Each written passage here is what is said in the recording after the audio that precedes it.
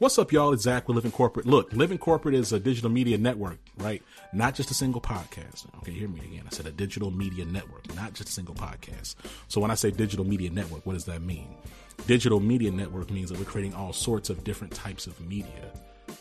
All sorts of different types of media. Podcasts, vodcasts, blogs, right? Like talk chat spaces, you know what I mean? Social media content, right? Threads, things of that nature. All types of content. And what is that network? What is this content all meant to do? It's meant to center and amplify Black and brown people at work. Center and amplify Black and brown people at work. So often in this whole DEI space, or whatever you want to call it, DEI, IED, JEI, you know what I'm saying? The RZA, Wu-Tang, whatever you calling it, right? Shout out to Wu-Tang forever. But whatever you calling it, there's this common thread of centering of the most overrepresented, right? So what am I really trying to say? A lot of this DEI work centers white people and white feelings. That's really what this space has devolved into, or maybe it always was. I mean, honestly, we've talked about that ad nauseum for the past several years. But the point is that Living Corporate exists to center and amplify the marginalized voices, Black and brown, queer, Black and brown disabled, Black and brown women, Black and brown trans, Black and brown non-binary, Black and brown first gen, Black and brown people at work. That's what we do. And we interview executives, elected officials, activists, artists, influencers, the list goes on and on and on. And we're always, always, always bringing it back to the experiences of the most marginalized, and we're speaking truth to power by challenging the very systems that exist and continue to persist to benefit everybody but Black and brown people at work. You know what I'm saying? So that's what we do. We're not really here to like coddle or pat big corporations on the back that make billions of dollars every year. We're here to really have authentic, real conversations in a corporate world. Okay? That's what we're trying to do. And that's what we're not trying to do. That's what we're doing. Shout out to the Living Corporate team. I'm so excited about this conversation you're about to hear. We'll be back. See you soon.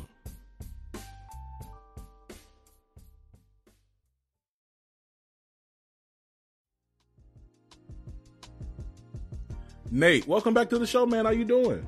I'm doing all right, Zach. It's good to see you, brother. Look, man, how you been? You know what? I have been okay. You know, the world is just constantly on fire. But but we're here. We're here. Look, you know, since the last time we've met, you know, you've moved on up. Let's talk about your new role at Pfizer and what it entails. So you're right about that. I don't know who you've been talking to, but you got some good intel, man. So last time we spoke, I was still in the laboratory. I was immunoassay development specialist, right? So we're developing the clinical immunoassays that quantified antibody levels, if you remember. Since then, I had the really exciting opportunity to join headquarters, right? New York City headquarters for Pfizer, in the CEO's office, working on an initiative that he has called the Pfizer School of Science. And essentially what that is I'm an instructor and working on developing some of the curriculum there. It's a program that brings in New York City public school kids, right, from the DOE, in middle school age, right, 6th through 8th grade. And we show them around the building a little bit. It's a really inspiring space. We teach them a laboratory, right, either microbiology, immunology, central dogma, the like. Teach them a little bit about drug development, and expose them to careers in the field, right? So a lot of us that look like us and come from areas that we grew up in, right? Like my parents didn't have folks in their network that were, you know, in the pharmaceutical industry. And I certainly wasn't aware of this career. I think we spoke last time that I'm kind of here by accident. We're now looking to create avenues for folks to be aware of careers in this field and aware of folks that look like them, have shared experiences, and just make sure that they know that it's possible, right? I was actually really lucky this week. We had a middle school that is directly next door to the high school that my mother graduated from, right? And so you can see the look on their faces when they're coming in the classroom and I say, hey, I hear you guys are from Co-op. I grew up in Baychester. You grew up in Baychester? You work here? How much money do you make, man?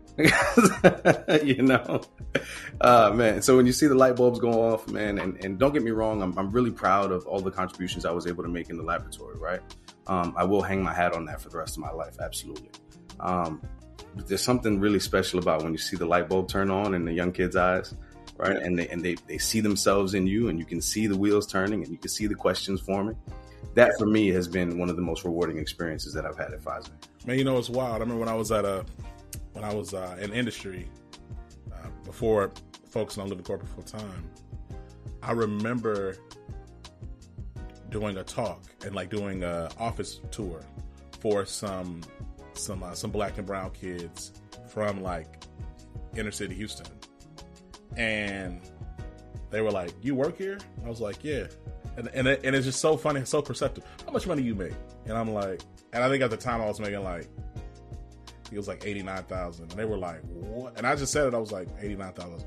What? Like, and I was like, and what's so funny is like, like everything is relative, right? So to me, I'm like, yo, I'm making. I think I was like 25, 26. So in my mind, I'm making pennies on the dollar, right?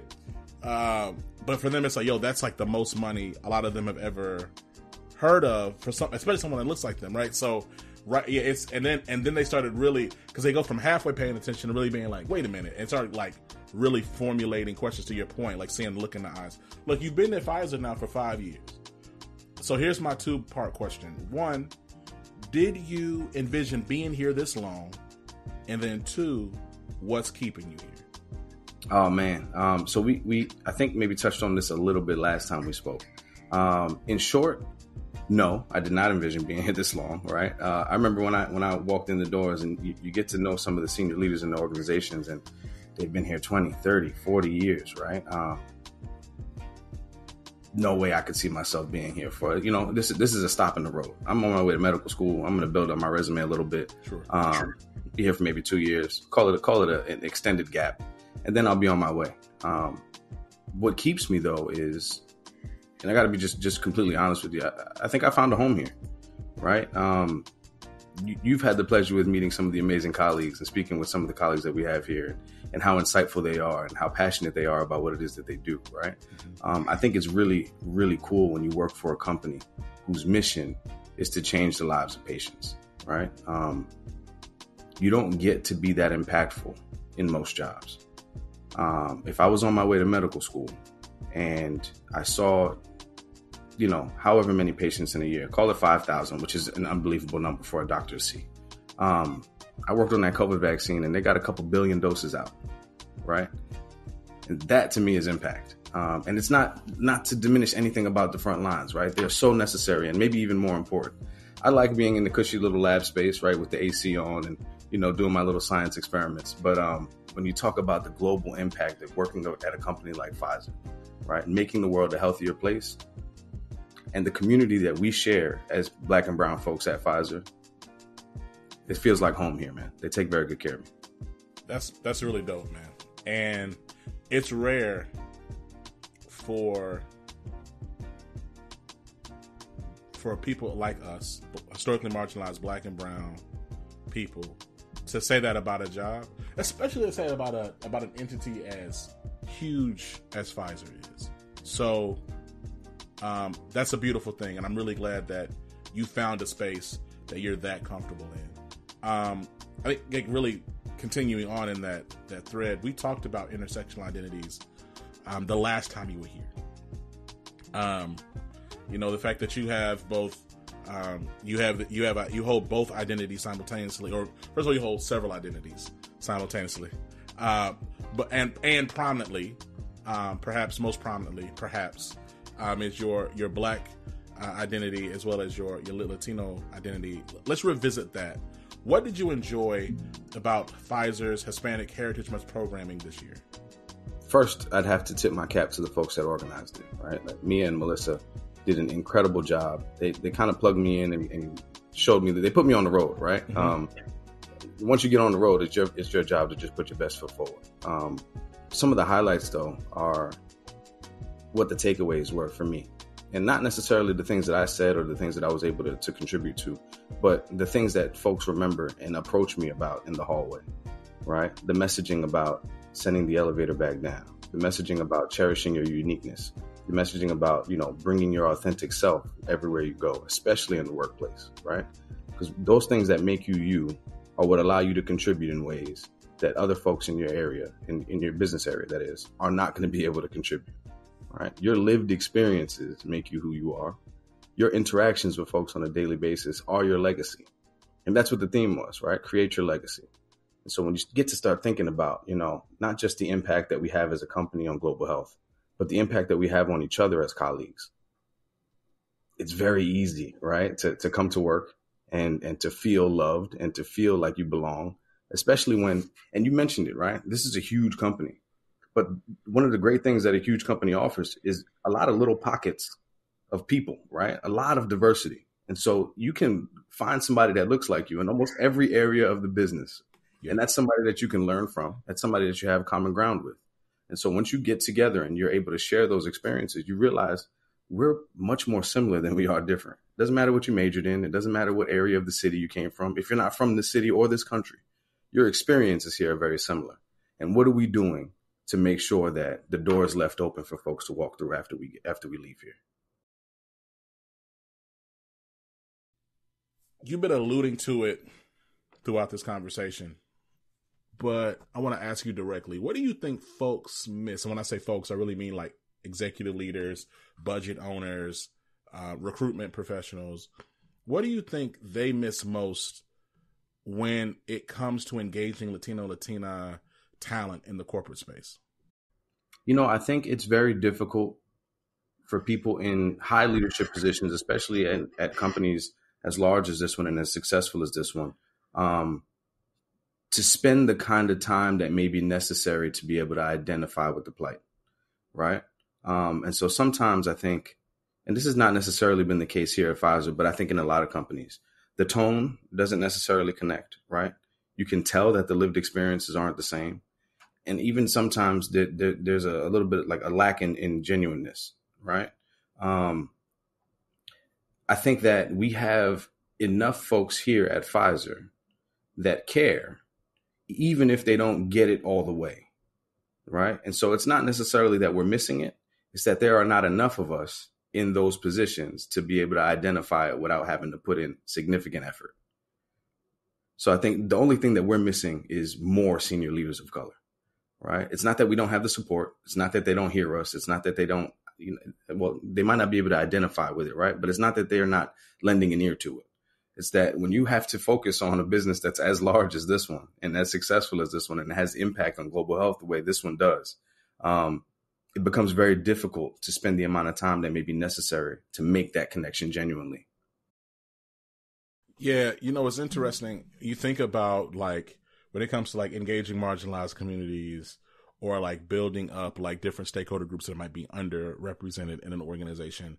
I think like there's this weird dance that leaders do where it's like, let me figure out a way to do this without ceding any power at all, right? So, hey, I'm gonna get an ambassador, I'm gonna get a representative, I'm gonna get whatever. And it's like, actually, the way to do this would be to actually empower this person who can speak to the business of what your organization does, as well as understand and engage the needs of a particular stakeholder group that you're trying to engage, right? So as opposed to manufacturing some DEI role, and no shade to diversity, equity, and inclusion, but as opposed to manufacturing some role that has like some pseudo amount of power, right? Or some illusion of power, you just like make sure that like the head of this department or right is, or like that is the way, because that way you don't have to worry about making a business case for whatever you're doing. You're already in the business. You don't have to, it's built in, right? I think that's like, but again, though, it goes back to like this aversion to share power and this aversion of real inclusion, right? Like, because I don't believe that you can have inclusion without power sharing, right? Like, it's like, I'll never forget, Nate, man. Like, I had this person, her name is Dr. Caitlin Rosenthal, and she wrote this book called Accounting for Slavery. And it was all about how it was all about all the ways that corporate America at large, particularly though consulting, leveraged chattel slavery to develop its organizational models. Very interesting. Yeah, she's a professor, and in the academic world, she's very well known. Like she'd be out there. A white woman, by the way, for those who be having their own little assumptions as they listen to these conversations. You're not wrong. You're not wrong, brother. Oh, they probably thought she probably something. No, dog. She's a white lady, and she Well, even in the Rosenthal. Rosen, right? But hey, you're right. The names carry. The names carry over. So, but and as another like contextualization, when I interviewed her, she said I actually went into this like not expecting to like find like I came in this very ignorant. She's like I came into this not expecting to see any type of racialized or racist anything. Like this is something I stumbled into as a part of the research. Like I uncovered this and uncovered like my own levels of ignorance. I educated myself through the research process, right? But anyway, this idea though of like, okay, like the overseers, the plantation owners would like mobilize people in groups, but they didn't really have any power. And so like, you know, I was like, you know, it's wild because I said, do you think it's fair to say that like these systems and these plantations were diverse, right? Like they were diverse. Like, so you think about, they had generational diversity, they had ethnic diversity, they had diversity of language, they had diversity of ability because there were people who may be like differently disabled on these plantations. They had a lot of diversity, like during chattel slavery, like a lot, like much more, and like much more than I think. Again, because we're just lazy, like so we don't necessarily like. I said, but did they have inclusion? Like I don't know, like as diverse as all these populations were, and that people were doing this, and people would be positioned over this person and whatever. Like there still wasn't actual power sharing at the top. And she was like, she paused. She was like, I've never thought about it that way, but yes, that's accurate. Now I'm gonna be honest with you, Nate. I was just going to say the same thing. Maybe I'm one of the lazy ones you were thinking about, but the fact that she shares the same sentiment, I feel better. No, so I felt validated. My ego, right? This was years ago. I was like, oh, look at that. A professor agreed with me. But anyway, the point is, I think, like, so there's these systems that carry, right? And like this idea of, okay, what's the secret recipe to like to engage these people? And it's like, yo, like the biggest thing we can do is find these people out in the market and or raise them up and allow them to matriculate upwards and give them an actual position. Not again, like not this like honorary ornamental position, but like an actual role where they're leveraging their technical expertise. And then as a byproduct of who they are and their lived experience, they can help support this. Now, strategically, maybe you also say, look, we do want them to do these things, so that we pay them extra for that. Cause we don't, cause like whatever, however you want to do it, that's fine. But like, for me, it's like, if it's not that, then when budget cuts come around, when whatever comes around, then what goes first, Nate? Those roles, like these made up roles, because they're seen as a cost center and not as a business driver. You know what I mean? Right. I think, first of all, I agree with everything that you just said. What I really do appreciate, though, is the culture here at Pfizer really values that, right? And I think that is actually what sets us apart from other companies in the industry, the value that we place on culture. And that means, how much do you like coming to work, right? How much do you like the people that you work with? How much do you like your boss, right? What kind of relationships are you building? Zigzag growth opportunities, secondments, right? They want you and are encouraging you to get out there, do the networking, figure out a way to better yourself, add some tools to your tool belt, and figure out a way to move up, right? And as I was saying earlier, folks are around here for a long time. So those opportunities to move up might not necessarily be in your organization, but what skills do you have that are transferable? What areas of the company might have an opening that you might be able to contribute to? You know what I mean? And the other thing is, there are really not that many of us that have the qualifications and the educations to boot, right? When you get through all of the credentialing that happens, right, in the process for us to get hired. I did the research. Back in 2020, they asked me, what do we need? And I said, we need more senior leaders of color. And they said, well, in order to be a senior leader in this organization, which was vaccines at the time, you need to have a PhD, you need to have an MD. You need to have some kind of clinical experience. So I'm scouring the net to figure out, well, how many Black PhDs are we graduating every year? And how can we bring them here? And to be honest with you, in the wet lab sciences, there just really aren't that many, Zach. So we need to do our job to make sure that folks are aware of the possible outcomes and positions that are available out there. And then we need to raise them into them. And so some of it is on us for sure, right? Some of it is on the leadership for sure. That power sharing, though, only works if you have folks that are capable of taking those positions. That's a bar. No, that's absolutely true. And so like the pipeline piece is real. And I would imagine if there was any organization that has the resources to find those pipelines and help expand them, it's going to be Pfizer.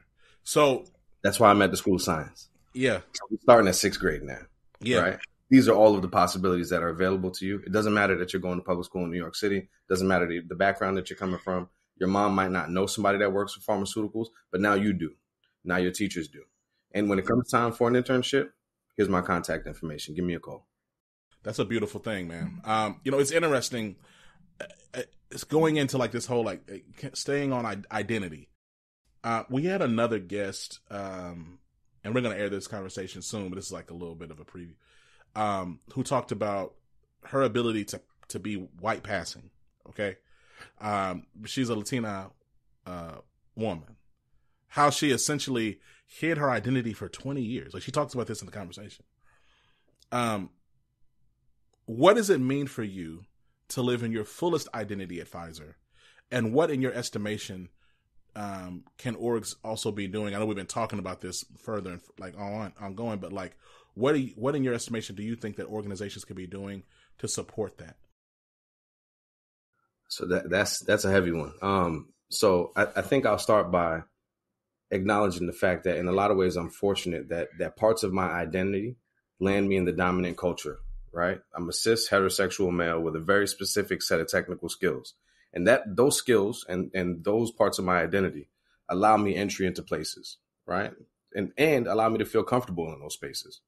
Right. So yes, I do present as Latino. I am Black. But when people see me walk into the room, they see a confident male that's a scientist and knows what he's talking about. Right. And because that part of the credentialing has already happened. I've built my reputation here already. And so for me, being able to lean on that, and I know that is not necessarily the case for a lot of folks, right? Especially the women in this workforce. Now, we have a lot of women at Pfizer that are senior leaders, but the numbers, when you start looking at who are people of color, they dwindle, right? And so the fact that I get to rest on me being a man in corporate America in these spaces is already a leg up, and I need to acknowledge that first. The other thing is, and I'll tip my cap to a good friend and someone I look at as a mentor, maybe unofficially, Diego Sacristan. He's the head of the enterprise level colleague resource group for the Latino community here at Pfizer. He was my guest, or actually our guest. Alexa was the co-host on stage, and we had a conversation about identity and about what the CRG is doing to try to enable folks to build their legacy. He told me, don't care. Right? He says, people are going to think what they're going to think of you, which is true. Don't worry about that. If you're showing up the best way you know how, you're putting your best foot forward every time you take a step, they're going to recognize it. Eventually, it'll be undeniable. And the same way that you've built the reputation that you have now, you'll continue to do so. And that'll be part of your legacy. That when you show up, yeah, they see the Hispanic dude from the Bronx that maybe has a little bit of urban twang. He's wearing sneakers and has a man bun. Right.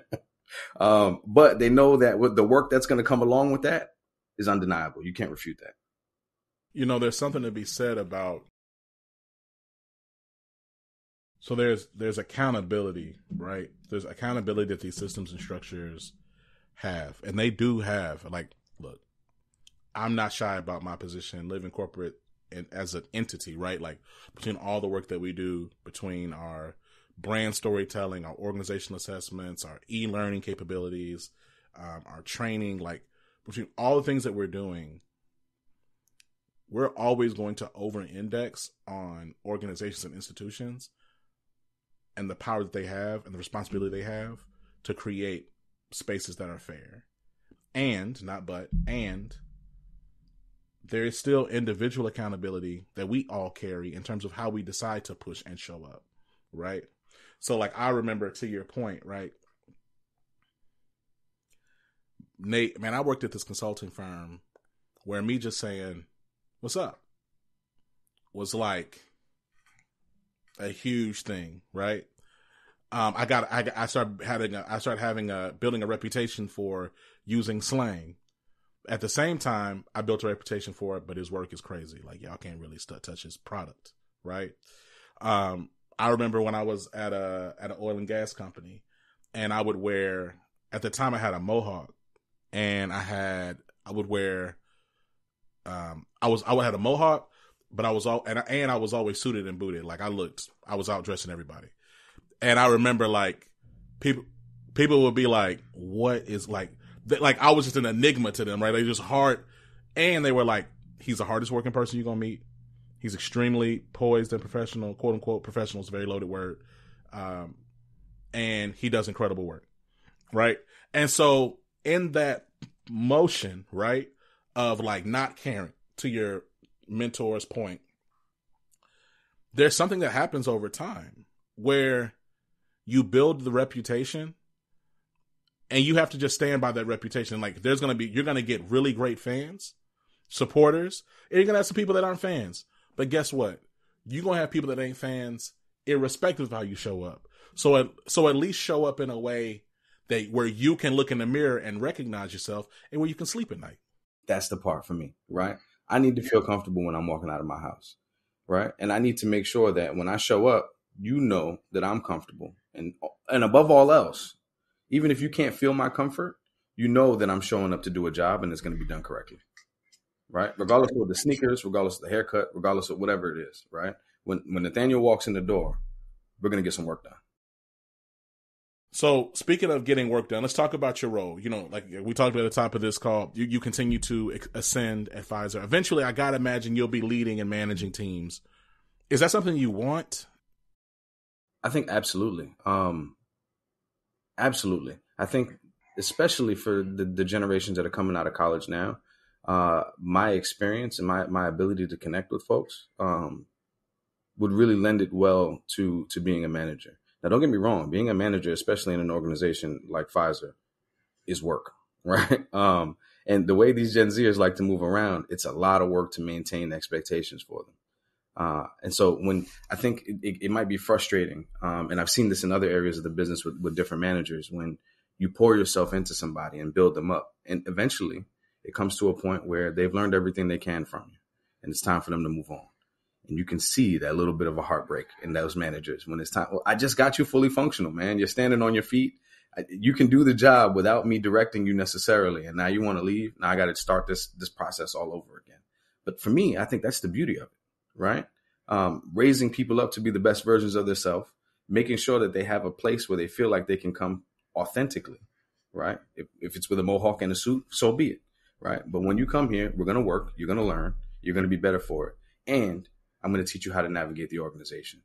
And so one of my favorite things to do is be a mentor. My second favorite thing to do is be a mentee, right? And this is the knowledge sharing that we need in order to progress. So it's not about how fast I can rise up through the organization. Yes, I just switched ladders. Some people would think that was a backward step for me, but I'm getting into the business world. And this position allows me the flexibility to learn the organization from a perspective that I wouldn't be able to in the laboratory. Right. And so building that network only equips me with the skills that I need to be a better manager eventually. You said something there about you love being a mentor, you love being a mentee. And it reminds me of something my mother would tell me all the time, is that good leaders are good followers. Right. And I think also it's like there's this idea of, and then also like she would tell me also like, hey, look, good writers are voracious readers. Good speakers are good listeners, right? And so like this idea, to your point, of like this two-way import export is critical.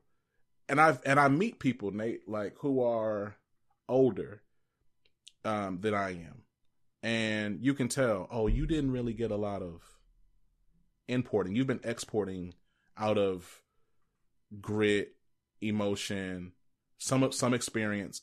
And I'm not saying that like you can't get some good things out of that, but it's so much richer when you're in a position to receive as you then also share out, right?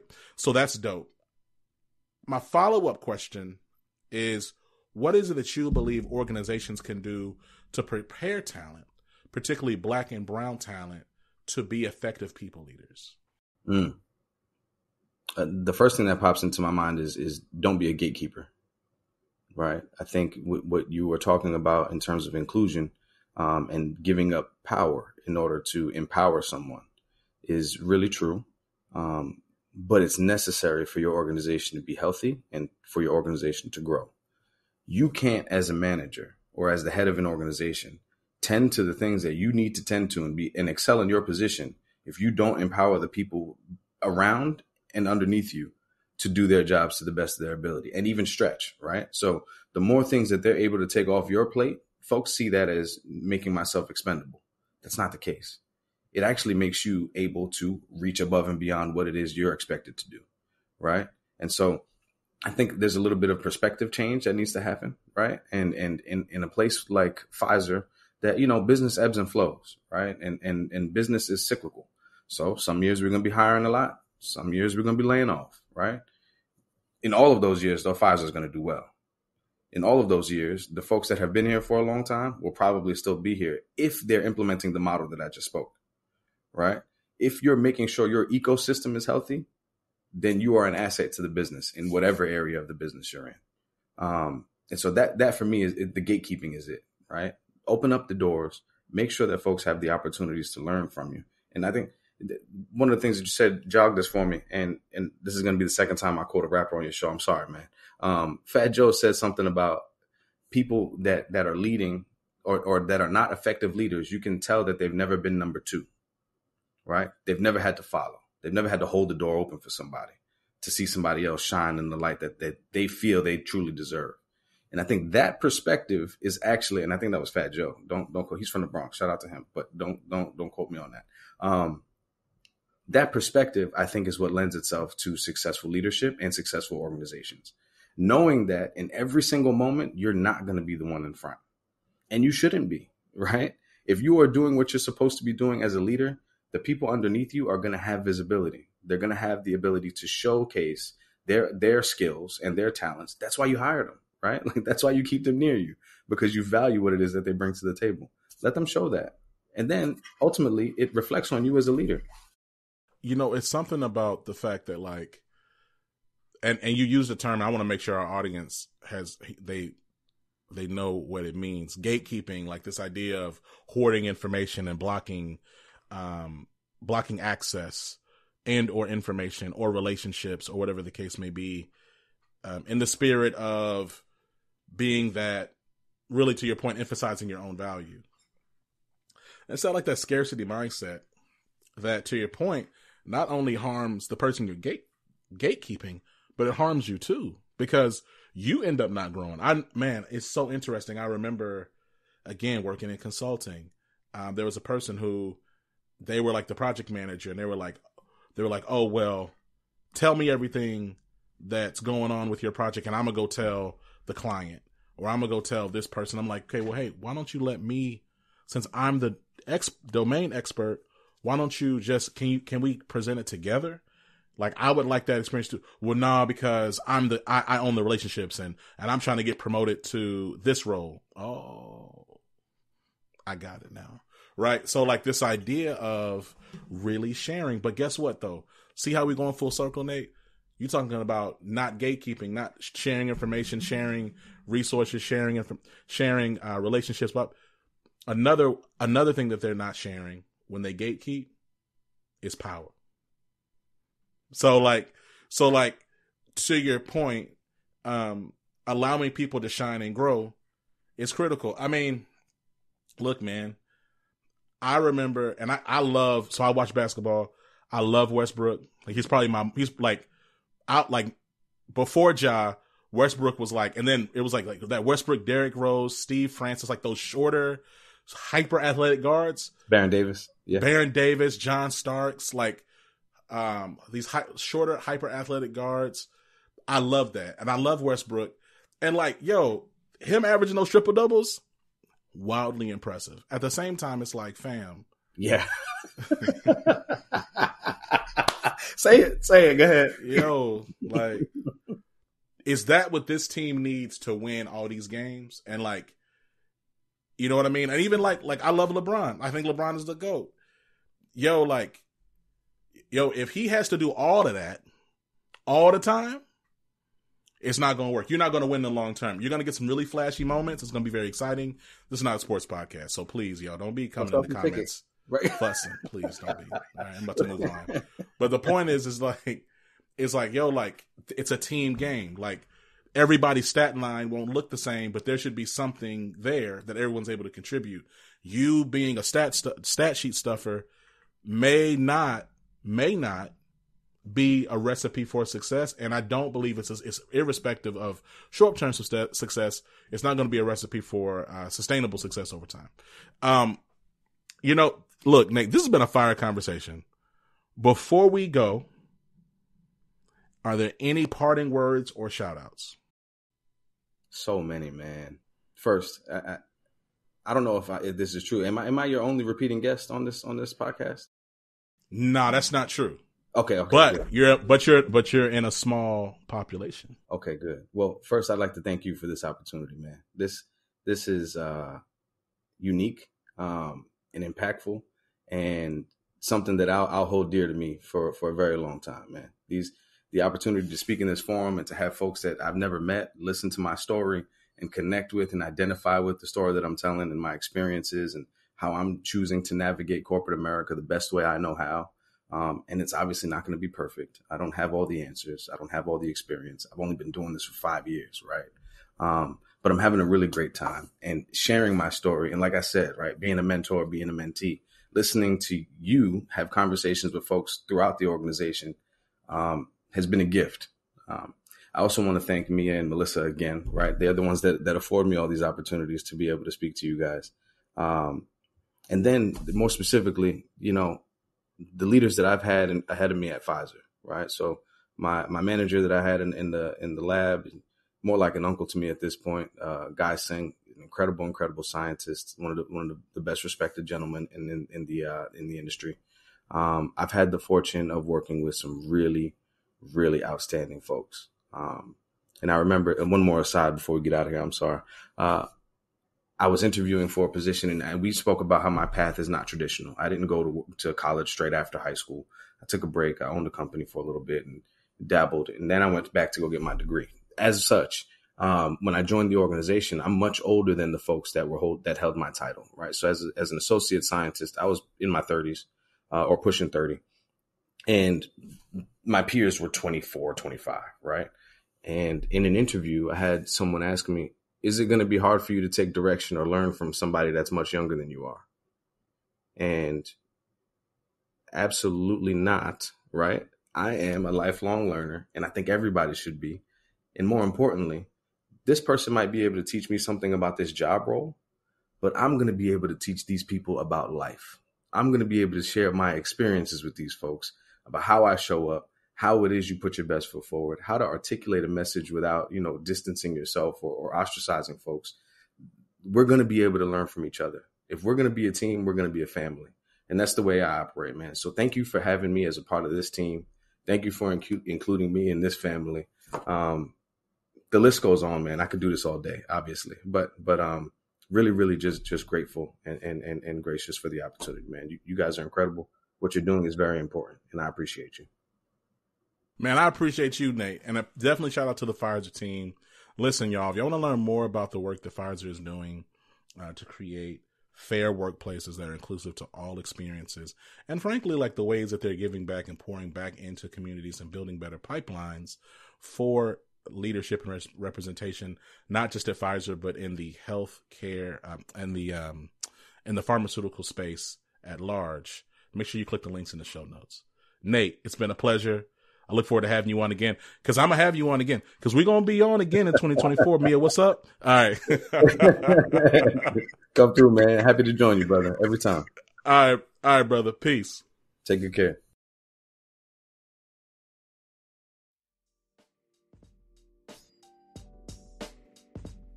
Yo, thank you so much for hanging out with us this week on Living Corporate. Make sure that you check our content out on living-corporate. Please say the dash.com. You can see our entire network of shows. We have all types of content that we've been publishing. That's all focused on Black and brown folks at work, different lenses, mental health, career development, executive leadership, right? Wellness, freedom, all types of different lenses, but it's all focused on historically marginalized, oppressed, exploited, underinvested, disinvested people.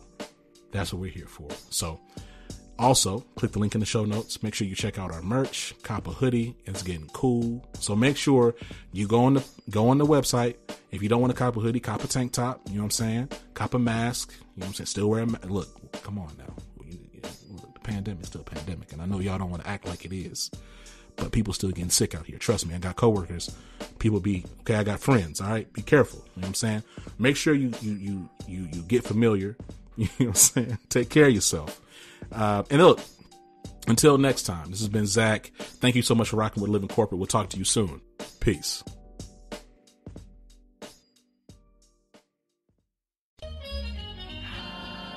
Living Corporate is a podcast by Living Corporate LLC. Our logo was designed by David Dawkins. Our theme music was produced by Ken Brown. Additional music production by Antoine Franklin for Musical Elevation. Post-production is handled by Jeremy Jackson. Got a topic suggestion? Email us at livingcorporatepodcast@gmail.com. You can find us online on Twitter, Facebook, Instagram, and living-corporate.com. Thanks for listening. Stay tuned.